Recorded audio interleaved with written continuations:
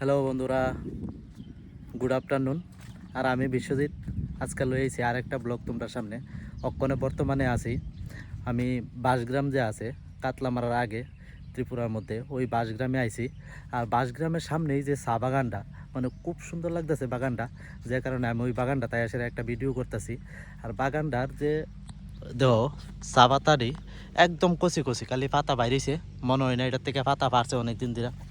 একটু ভিতরটা দেখাই তোমরা, ভিতরের জায়গাটা দেখো, পুরা একদম সবুজ হয়ে রয়েছে, একদম কচি পাতা বাড়িছে। এই যে কচি পাতা, একদম কচি কচি পাতা বাড়িছে, এটার থেকে অনেকদিন ধরে মনে হয় চা পাতা তুলে না, এই কারণে একদম সবুজ হয়ে রয়েছে বাগানটা। আর দেখতে খুবই সুন্দর লাগতেছে। আর আরেকটা জিনিস, আমি যখনই চা বাগানে আই আমার মনের মধ্যে একটা প্রশ্ন জাগে যে বাগানের মধ্যে এত বড় বড় গাছ কি লেগে তাই।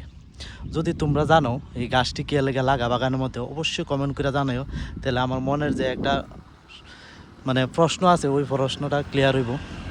আর যে এই অটোটা যাইতেছে বাঁশগ্রাম, আর আমি বাঁশগ্রামে গাড়িটা পার্কিংয়ে রেখে আইছি। আমি যারা নিয়ে আইছি তারা বাঁশগ্রামের মধ্যে আছে, আর আমি আই পড়ছি এদিকে চা বাগানও। চা পাতা গাছ দেখতাম, কারণ গাড়ি লিয়ে যখন ঢুকতেছিলাম আমি দেখতে খুবই সুন্দর লাগতেছিল, একদম সবুজ হয়ে আসছিল বাগানটা। তো ভাবলাম না গাড়িটা তো এসে আই, তো বাগানটা তাইছি। দেখো